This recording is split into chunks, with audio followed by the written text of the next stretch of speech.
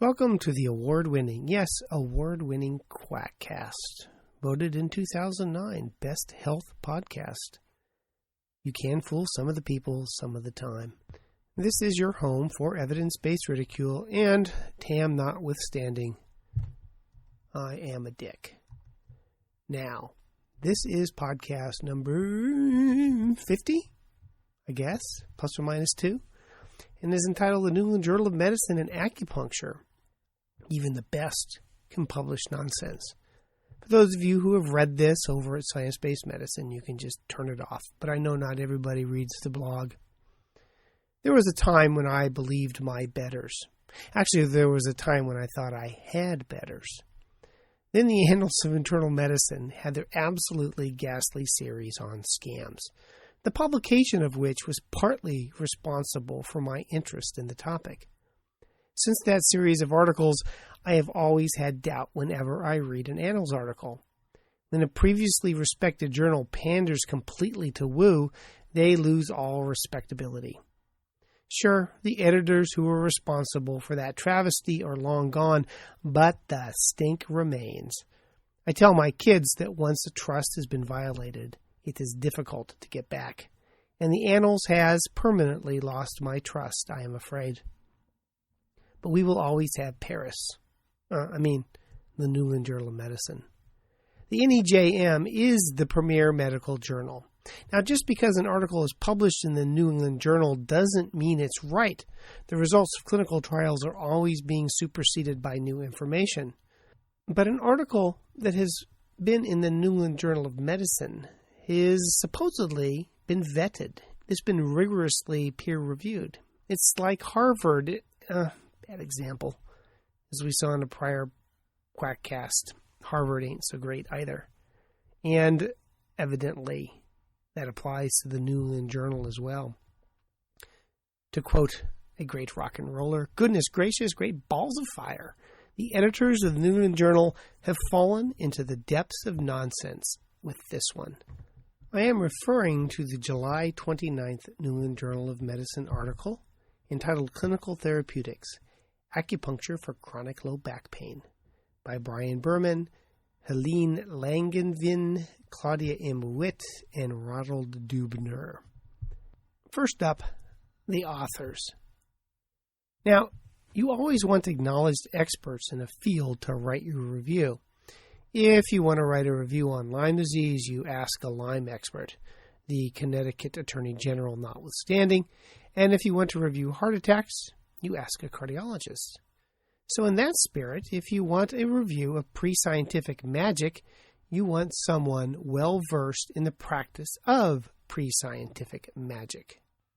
Fortunately for this review, the authors seem very well qualified.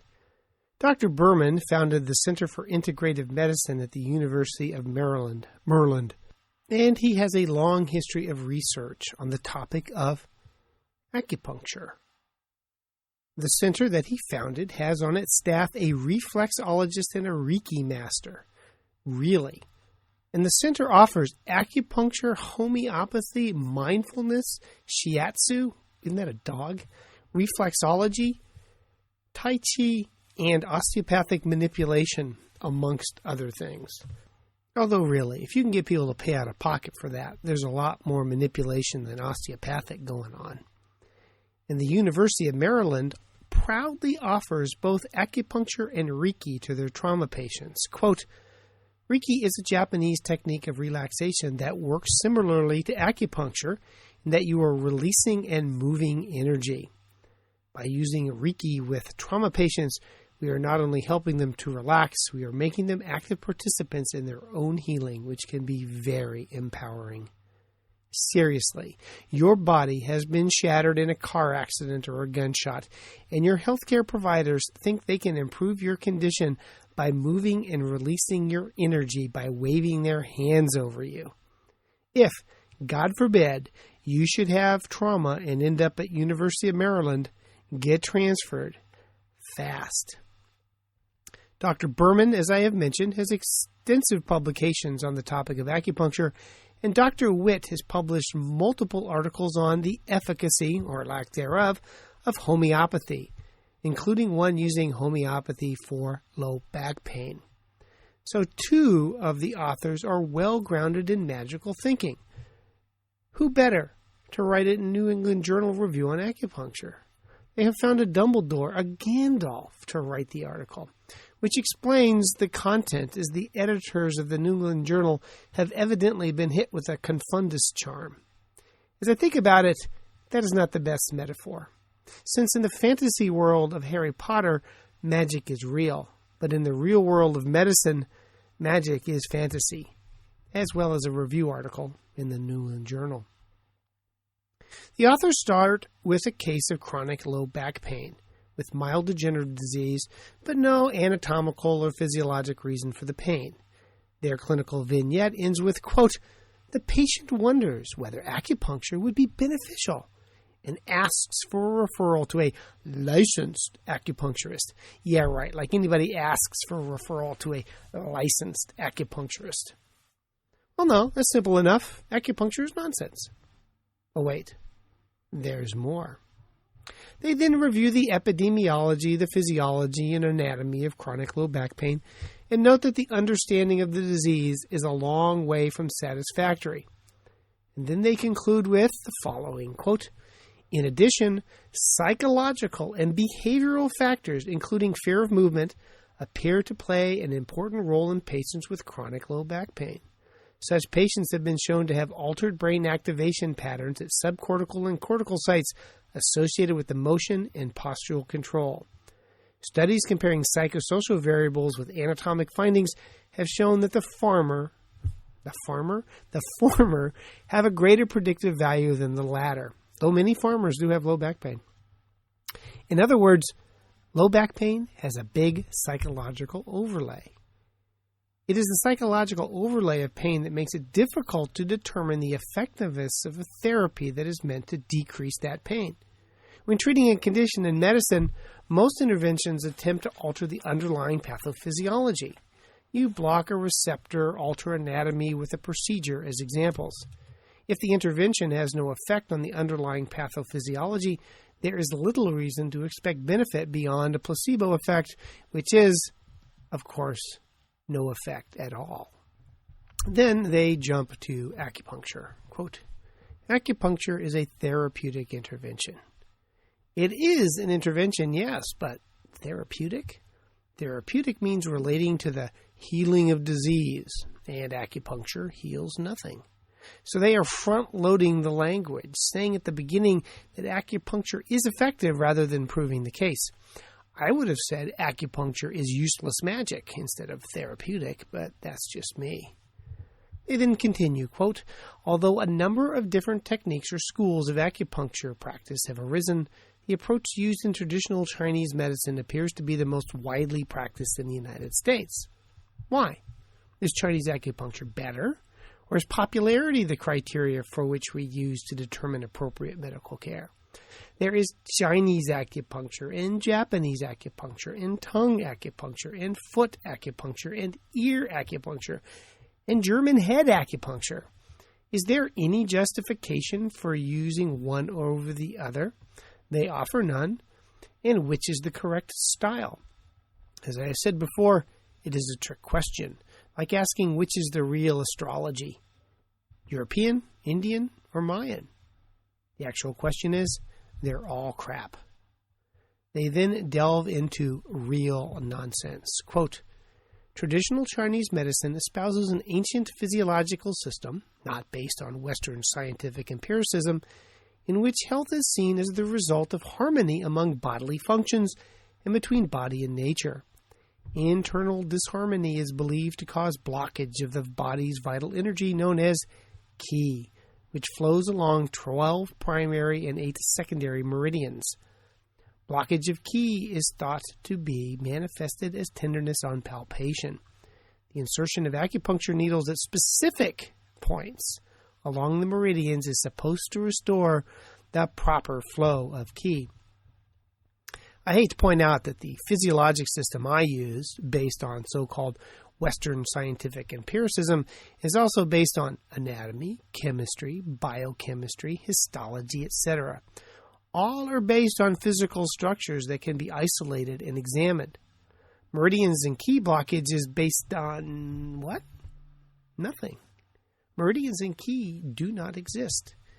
Yet here is the New England Journal of Medicine offering up, complete with a picture, the idea of meridians and Qi as if they are a meaningful construct. Next up in the New England Journal of Medicine will be the following. Quote, traditional European medicine espouses an ancient physiologic system, not based on Western scientific empiricism, in which health is seen as the result of harmony among bodily functions and between body and nature. Internal disharmony is believed to cause blockage of the body's vital energy, known as humors, black bile, yellow bile, phlegm, and blood, which flows in the body. Blockage of the humors is thought to be manifested as illness. Bleeding and purging is supposed to restore the proper flow of balance of humors. If anyone sees a conceptual difference between those two paragraphs, don't let the editors of the New England Journal of Medicine know until after they accept my review on therapeutic bleeding. Being published in the New England Journal of Medicine is the medical equivalent of being on the cover of the Rolling Stone, and I think I have my opportunity here. They continue, quote, efforts have been made to characterize the effects of acupuncture in terms of established principles of medical physiology on which Western medicine is based. Why?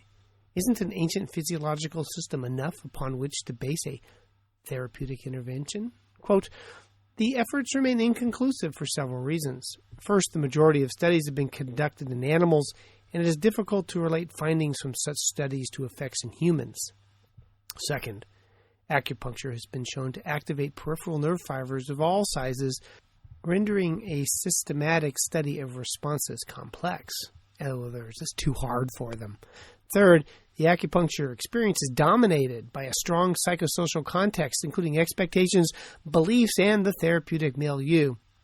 And of course, fourth, having no basis in reality, acupuncture can't work any more than homeopathy or Reiki. This is tooth fairy science, and it is published in the New England Journal of Medicine. They then delve into the real world, trying to find physiology of acupuncture and the basic science that validates acupuncture. Fine. You stick people with needles, you should get a variety of physiologic responses, both locally and in the brain. The question is whether these effects are specific to acupuncture or non-specific results of poking people with a sharp object. Like all acupuncture apologists, they lack a certain precision as to what they consider acupuncture, and offer electroacupuncture as evidence. Quote, in the rat, electroacupuncture has been shown to induce pituitary secretion of adrenocorticotropic hormone, ACTH, and cortisol, leading to systemic anti-inflammatory effects. Ah, yes, electroacupuncture. I still remember when they discovered those ancient Chinese Duracells and alligator clips that allow the Chinese to shock their patient. Now, I quote here from the electroacupuncture article referenced above, quote, while the EA frequency was held constant, intensity was adjusted slowly over a period of approximately 2 minutes to the designated level of 3 milliamps, which is the maximum current intensity that a conscious animal can tolerate. Mild muscle twitching was observed. And so, when shocked, the rabbits released ACTH and cortisol, as any animal would if electrocuted. Release of ACTH and cortisol is the part of the response to stress. I can just see that poor rat, quote, placed under an inverted clear plastic chamber, end quote, for observation, saying, don't tase me, bro, don't tase me, bro. Wait, it's not a taser. It's a projectile electroacupuncture remote delivery system. And if I use it on you, you are going to release some ACTH and cortisol as well, bro. I mean, seriously, did the editors look at the references? They seriously need some new reviewers. But I will grant them that sticking needles in people has physiologic effects and that shocking a rat makes it squirt out some cortisol. However, acupuncture is about putting needles in specific sites.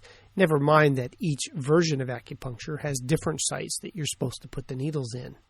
In the animal models and human studies, they attempt to needle specific sites that correlate with the treatment of disease. Most acupuncture studies use the traditional sites associated with whatever illness they are not really treating. Acupuncture is about putting the needle just so. The basic science, as I read it, concerns the effects of needling people. If you're going to recommend acupuncture and a style of acupuncture, which they will, then you need to justify the use of the needles in specific sites by people trained in that acupuncture, and the literature does not support that. It doesn't matter where you put the needles, or even if you use needles at all, as we have discussed in other podcasts, since twirling a toothpick has better effects on knee pain than needling. And I will ask again, whose style of acupuncture you're going to use? Ear, tongue, foot, Japanese, German, Chinese? Then they move on to clinical trials, and my gaster is flabbered. Quote, real acupuncture treatments were no more effective than sham acupuncture treatments. End of story, doesn't work. Wait a minute. There was nevertheless evidence that both real acupuncture and sham acupuncture were more effective than no treatment, and that acupuncture can be a useful supplement to other forms of conventional therapy for low back pain, unquote. Or actually, end quote. Let's take a trip back in time, shall we? We have the Wayback Machine here. There was a procedure for the treatment of angina where they ligated the internal mammary arteries. The theory was that by tying off the arteries, the back pressure forced blood down the coronary arteries and relieved cardiac pain. They did this on a bunch of people, and angina improved. And there are about 40-plus papers in the 1950s and 60s on the benefits of the procedure, as well as studies looking at the underlying physiology of the procedure. Mammary artery ligation worked, he said in air quotes, and was popular in the early 60s. Until the procedure was compared to a sham operation. That's right, they opened people up and they did nothing. The result, quote, the combined results of two randomized controlled trials comparing an earlier surgical procedure for angina, bilateral internal mammary artery ligation, to sham surgery clearly show that patients experienced significant improvement with both the internal mammary ligation, 67% substantial improvement, and the sham procedure, 82% substantial improvement. So, how would you interpret that study? If a procedure is equal to a sham procedure, then I would say the procedure does not work. In the case of sham surgery, say that 3 times really fast, there was no change in the underlying physiology of the blood supply to the heart. This study is perhaps a classic clinical trial that demonstrates the difficulty in assessing the results of an intervention for pain. Patients had significant improvement in their angina, much better than doing nothing, although those studies did not have a usual care wing, but 2/3 of angina patients do not get significant improvement on their own. And guess what? Open heart surgery? It has been shown to induce pituitary secretion of adrenocorticotropic hormone and cortisol, leading to systemic anti-inflammatory effects. And surgery releases endogenous opioids, and I wonder, do you think cracking somebody's chest activates both peripheral and central pain fibers? It looks to me like we have a justification for going back to treating angina with internal mammary artery ligation. The authors of this review justify the recommendation of acupuncture on 2 studies that demonstrate the equivalence of sham acupuncture and real acupuncture for low back pain. The same number of studies used for mammary artery ligation, and the surgical procedure has the same physiologic effects as acupuncture. Now, being an article on back pain, they did not include the article that showed knee pain treated with sham acupuncture, in this case twirling toothpicks on the skin, is perhaps superior to real acupuncture. As I keep saying, it matters not where the needles are placed, or even if needles are used. So far, the authors provide no historic scientific plausibility, non-specific modern pathophysiology, a bit of gratuitous rabbit torture, and who isn't in favor of that, and 2 clinical trials that demonstrate no efficacy of acupuncture over placebo. Their level of justification reaches that of mammary artery ligation, except for the rabbit torture part. I start to wonder if the New England Journal editors actually read the review before publishing it. The authors then move on to clinical use.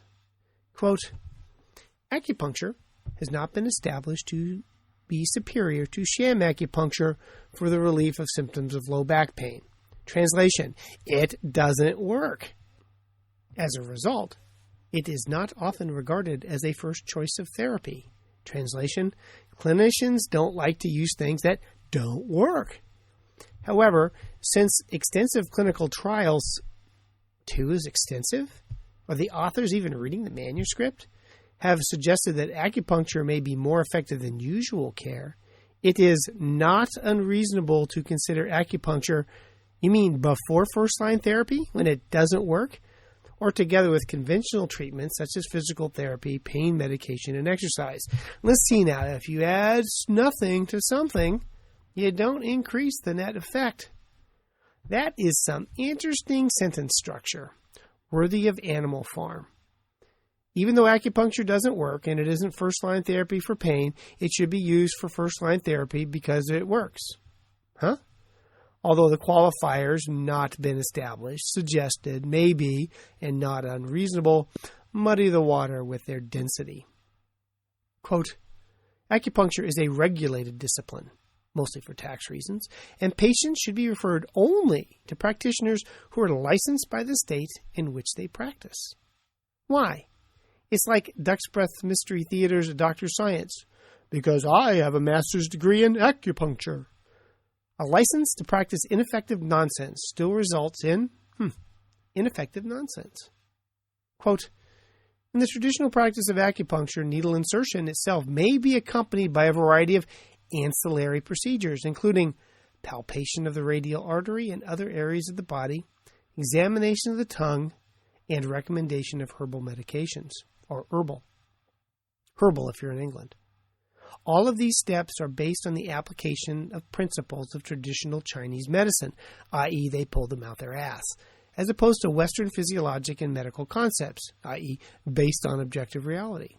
To what extent such procedures may contribute to the psychological milieu of acupuncture is unknown, and only a few studies have examined the context in which acupuncture treatment is delivered.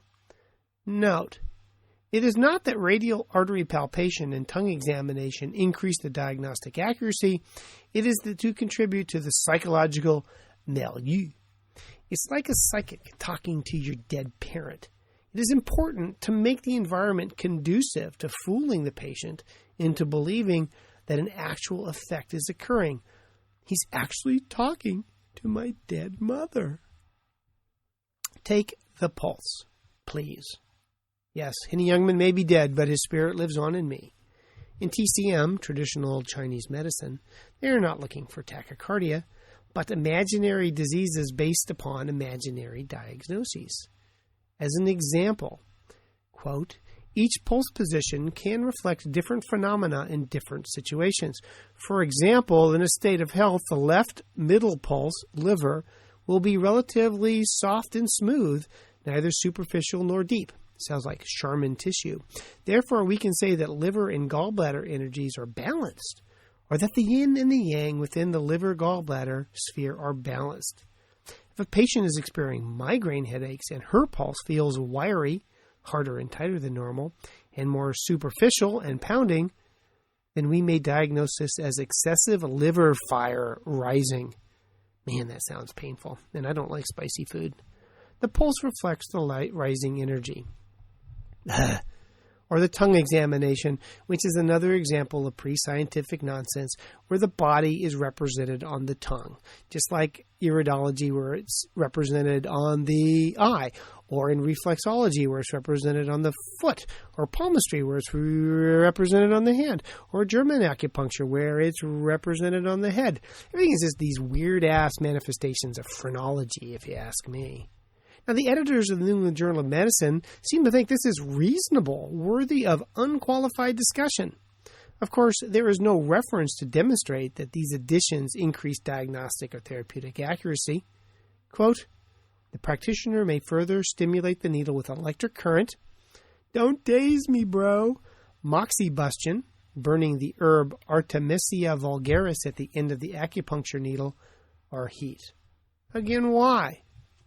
No data is given that this nonsense increases efficacy. I keep telling myself in sort of this chanting mantra, this is the New England Journal. This is the New England Journal. They are adding their imprimatur to the respectability of burning a plant on top of a needle stuck in the skin to ease chronic pain. Seriously.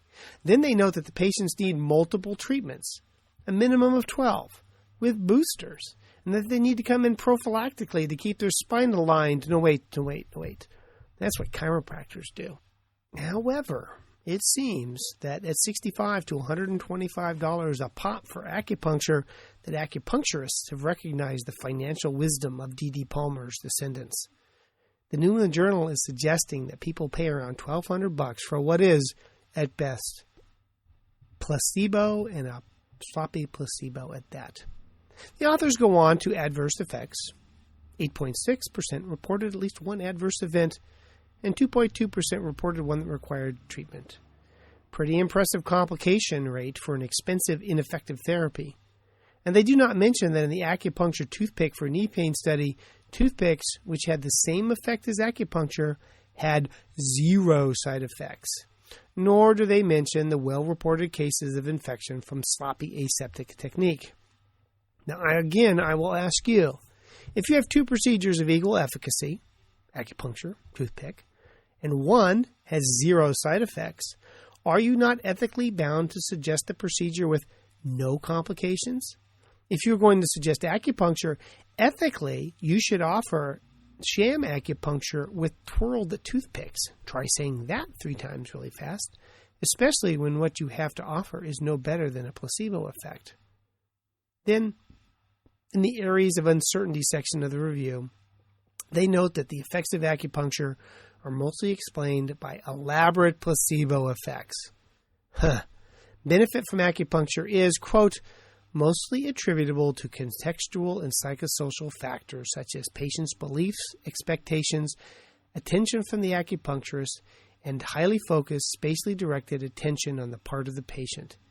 These studies also seem to indicate that the needles do not need to stimulate the traditionally identified acupuncture points or actually penetrate the skin to produce the anticipated effect.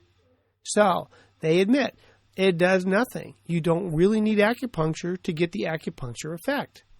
And acupuncture has complications, so again, ethically, can one recommend and charge for an elaborate placebo? I don't think so. Not the authors. Quote, the patient in the vignette has chronic back pain that has not responded to a number of medical treatments. So instead, we will go with the unethical, expensive, useless placebo. Quote, he has specifically requested a referral for acupuncture, and we would suggest a course of 10 to 12 treatments. Why? Over a period of 8 weeks. Why? From a licensed acupuncture or a physician trained in medical acupuncture. Actually, if your physician is trained in medical acupuncture, I think that would be a good criteria for not seeing that doctor, because they don't know a burro from a burro. Can you believe this? This is all from the New England Journal of Medicine. Such total tripe. Now, I rely on the New England Journal to provide reviews of relevant medical topics, as outside of infectious diseases and quackery, I do not have the time to read the primary literature. If this is the best that NEJM can do on a topic upon which I have some background, then how am I supposed to trust them in the future? As I tell my kids, You can judge a person by the company they keep. Or, if you lay down with swine, expect to smell of garbage. The New England Journal has lost some of its credibility. I doubt they will ever get it back. And that ends the exciting Quackcast number 50. Woohoo! Don't forget to go on iTunes and write me a glowing review. My fragile ego